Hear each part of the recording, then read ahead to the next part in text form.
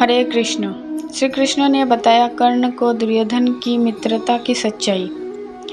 मेरी साजिश का स्रोत उस संयोजन का उपयोग है जो मित्रों को शुभ चिंतकों से अलग करता है। किसी अन्य व्यक्ति के लिए अच्छे की कामना करना अहिंसा के नाम से जाने जाने वाले मूल्य के सबसे शुद्ध रूपों में से एक है। एक मित्र पहले शुभचिंतक होता है और बाकी सब बाद में। जब इसका दायरा ब्राह्मण को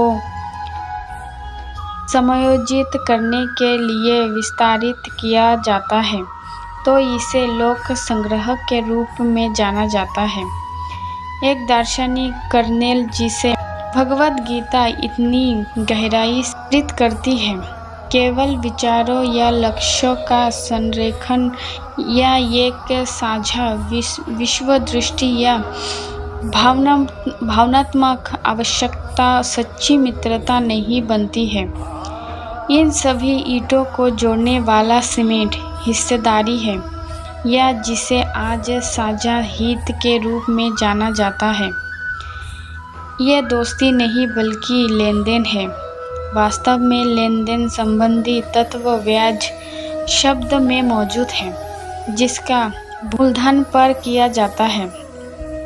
दोस्ती के दुरुपयोग का एक अमर भौमिक उदाहरण दुर्योधन और कर्ण के बीच लेनदेन के रिश्ते को गलत तरीके से पेश करता है। यह गलतफहमी 3 स्तरों पर किया गया एक बड़ा उपकार है। एक, यह भगवान वेद व्यास की प्रतिभा का अपमान करता है। 2, यह महाभारत की भावना को चोट पहुंचाता है। 3, यह भारतीय सौंदर्य शास्त्रों के मूलभूत सिद्धांतों को नष्ट कर देता है। दुर्योधन और कर्ण के शुद्ध और आदर्श मित्रता के मिथक की स्थायित्व उस मिथक के बराबर है कि मोहनदास गांधी ने अकेले ही भारत को आज़ादी दिलाई थी। शुक्र है पिछले कुछ वर्षों में गांधी मिथक के अपना शेल्फ जीवन काफ़ी हद तक समाप्त कर लिया है। लेकिन दुर्योधन कर्ण मिथक अपनी योग्यता के कारण नहीं बल्कि कई बारीकी कारणों से कायम है। हम 3 का उल्लेख कर सकते हैं। सबसे प्रमुख कारण महाभारत की सार्वभौमिक चुंबकीय शक्ति ही है। यदि आप इसे महाभारत के पुरुषोत्तम और उदार आलिंगन से अलग करते हैं तो दुर्योधन कर्ण की दोस्ती शोले में जयवीरू की दोस्ती के एक प्राचीन संस्करण के समान होंगी। नाटक के रूप में भावनात्मक रूप से आकर्षक लेकिन मूल्यों के धरातल पर आंतरिक रूप से खाली। या अधिक हास्यास्पद उदाहरण देने के लिए यहाँ मणिरत्नम में दलपति के नाम से जाने वाले निराशा के लंबे प्रवास में सूर्य और देवराज के बीच दोस्ती जैसा होगा। अपने स्वयं के स्वीकारोक्ति के अनुसार दलपति कर्ण की कहानी की मणिरत्नम की व्याख्या थे। एक व्याख्या जो पूरी तरह से दुर्योधन कर्ण मिथक के अनुरूप है। दूसरा कारण विशाल साहित्यिक, नाटकीय और लोक परंपरा है जो मुख्य रूप से कर्ण के चरित्र में भावनात्मक और भावुक अपील द्वारा मोहित थी। इसके बाद इसे दुर्योधन के साथ उनके रिश्ते पर थोप दिया गया और सच्ची दोस्ती का एक अस्तित्वहीन संस्करण गढ़ा गया। लेकिन यह भगवान वेद व्यास की भावना का उल्लंघन करने की कीमत पर आया। सिर्फ एक उदाहरण देने के लिए कर्ण और भानुमति की बेहद लोकप्रिय कहानी मूल में नहीं है।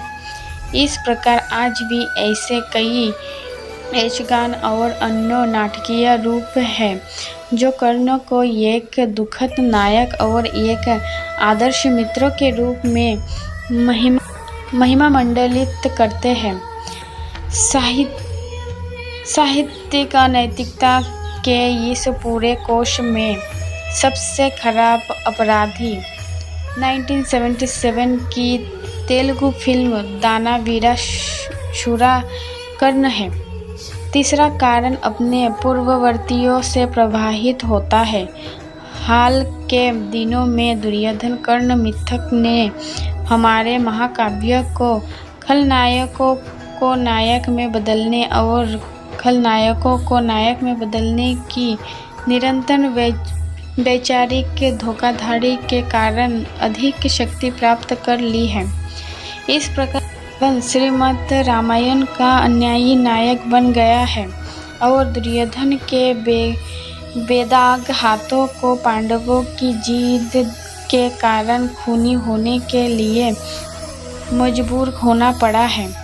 वही तर्क यह भी आरोप लगाता है कि द्रौपदी गुप्त रूप से कर्ण के प्रति वासना कर रही थी। उपदेश जैसा कि मैंने अन्यत्र लिखा है, ऐसी सभी विकृतियों के पीछे हमारी सांस्कृतिक जड़ों को तोड़ना और इस तरह हिंदू समाज का अराष्ट्रीयकरण करना है। इसी उद्देश्य ने साहित्यिक आलोचना का भी निर्माण किया है, जिसका उद्देश्य मुख्य रूप से लोगों को रामायण और महाभारत को अपने मूल रूप से पढ़ने से रोकना है। यह झूठा दावा है कि कोई मूल रामायण और महाभारत नहीं है, उसी वैचारिक धोखेबाजी का हिस्सा है।